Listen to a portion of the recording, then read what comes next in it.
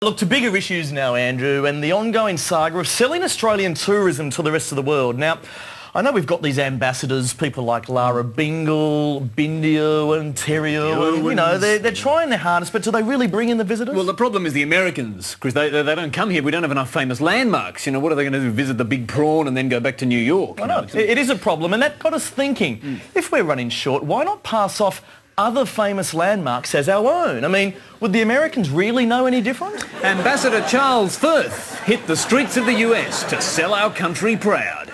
I don't know the name of it, so...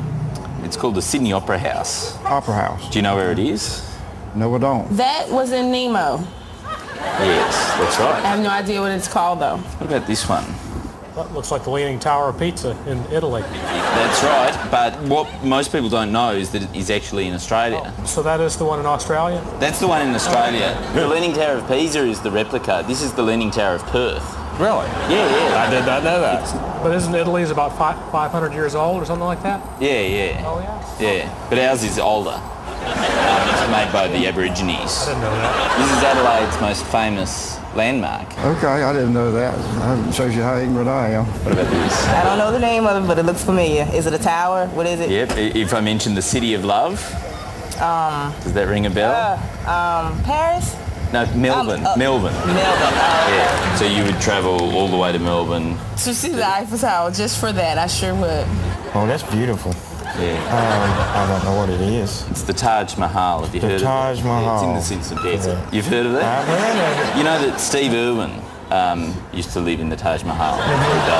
He lived there? He used to live there. Really? Yeah. Wow, I didn't know that. Well, I would definitely want to go there now. There used to be crocodiles out front, and he used to go and wrestle them and put on a show. I guess that shows how much I know.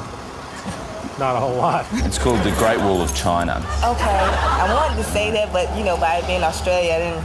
But yeah. No, but it is in Australia. It's in... China is a town just outside Darwin. Oh, okay. That's interesting. I didn't know that. You know, I never knew all of these things were in Australia. Yeah, you recognise that? Yeah, but I thought that was in the United States. That's a copy.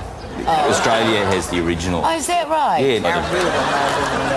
Really, this would be your favourite Australian landmark to see? Yeah, just to see, only because, you know, growing up in school, I've heard so much about it, so that'll be one of the main things I would love to see. No one knows that, though, really. Yeah, everyone sort of thinks that it's American. It is, and I'm like, okay, that's Mount Rushmore. Yeah. It's in America. But it's not. It's not. It's in Brisbane. Oh, okay.